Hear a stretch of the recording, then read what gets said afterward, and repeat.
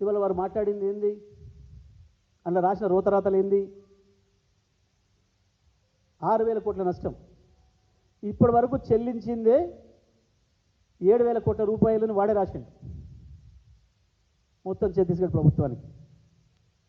17,000 million యూనిట్లు వాడిండ్రు, 7,000 కోట్ల రూపాయలు చెల్లించింది. 17,000 మిలియన్ యూనిట్లు వాడిన తర్వాత చెల్లించింది 7,000 కోట్లు అయితే 6,000 కోట్లు దుర్వినియోగమైతే ఏంది అసలు దీంట్లో? అంటే వినేవాళ్ళు అజ్ఞానులనా, అమాయకులనా, లాజిక్ ఉండదనా, తెలివి ఉండదనా, వాళ్ళ మైండ్లకు చైతన్యం లేదనా, ఏందన్నట్టు? ఇంకా అతి తెలివి చేసి ఏం మాట్లాడిండ్రు? ఛత్తీస్గఢ్ ఇస్తానన్న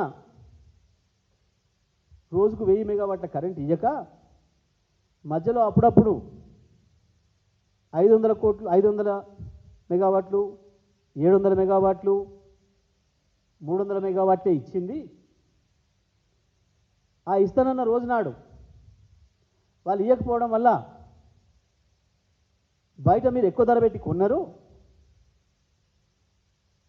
కాబట్టి ఆ ఛత్తీస్గఢ్ ఇచ్చే ₹3.90 మీరు బయట ₹5, ₹6 పెట్టి కొన్నదానికి వ్యత్యాసం ₹3 ఉంది కాబట్టి అది నష్టమైంది అని మాట్లాడింది. ఓకే, నీ మాట ప్రకారమే. ఒకవేళ నువ్వు అదే కనుక నువ్వు ఆ స్టాండ్ మీద నిలబడితే నువ్వు ఛత్తీస్గఢ్ ఒప్పందం మొత్తమే వద్దు, ఒక్క యూనిట్ కూడా తీసుకోవాల్సింది కాకుండా అని మాట్లాడుతున్నారు. మరి తీసుకున్న 17,000 మిలియన్ యూనిట్లకు ఇలా కట్టింది 7,000 కోట్లు అయితే, ఇదే ఒప్పందం లేకపోతే ఛత్తీస్గఢ్ నుంచి కరెంట్ తెచ్చుకోకపోతే ఆ 17,000 మిలియన్ యూనిట్లు ఇవాళ 15,000 కోట్ల రూపాయలు కట్టాల్సి వచ్చేది కదా, ఖర్చు పెట్టాల్సి వచ్చేది కదా. దాని మీద ఏం అతి తెలివి మాటలు మాట్లాడుతున్నారు?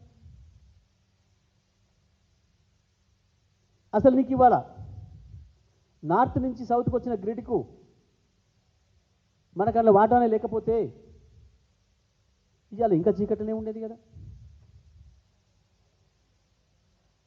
ఉత్తర భారతదేశం నుంచి కరెంటు మన దగ్గరకు తీసుకొచ్చుకోకపోతే, అందులో మన రాష్ట్రం హక్కు లేకపోతే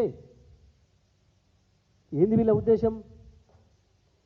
కేసీఆర్ కరెంటు తేవాల్సి లేకుండే, తెలంగాణ అట్లనే చీకట్లో ఉంచాల్సి ఉండే.